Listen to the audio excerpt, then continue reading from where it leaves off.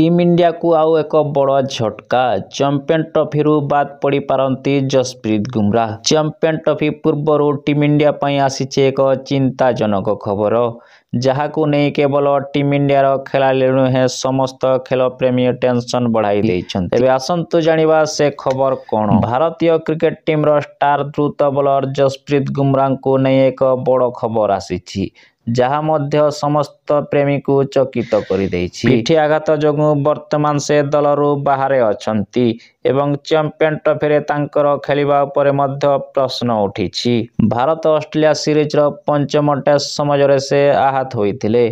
Fitness समस्या सत्वे बुमराह को ICC champion trophy 2025 पई भारतीय दल रे शामिल करा जाइछि। एक रिपोर्ट अनुसार तांको खेलिबा कष्टकर मने होउछि। टाइम्स ऑफ इंडिया रो एक सद्य रिपोर्ट अनुसार फेब्रुआरी 19 रु मार्च 9 पर्यंत अनुष्ठित हेबाकु थिबा 8 दल विशिष्ट आईसीसी टूर्नामेंट रे जसप्रीत बुमराह को अंशग्रहण उपरे संदेह रहिछि। बुमराह चैंपियन ट्रॉफी रे खेलिबे कि नहीं ताहे रिपोर्ट एवं न्यूजीलैंड डाक्तरंक प्रतिक्रिया उपरे निर्भर करिवो। 2022 मसीह रे मध्य बुमराह पिठीर चिकित्सा कराइछन्ति।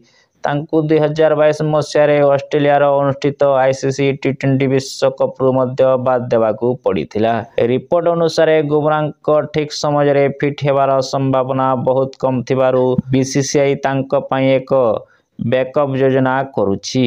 दल घोषणा समय रे मुख्य चयनकर्ता अजित अग्रकर कहिथिले जे बुमराह फेब्रुआरी 12 तारिख रे अहमदाबाद रो नरेंद्र मोदी स्टेडियम रे इंग्लैंड विपक्ष रे तृतीय एक दिवसीय मैच खेली पारिबे, किंतु तांको ठारू बहुत आशा नहीं। चयनकर्ता माने जानते जे जदि बुमराह निर्दिष्ट समय रे 100% फिट हो जाती तेबे यह एक चमत्कार हेबो।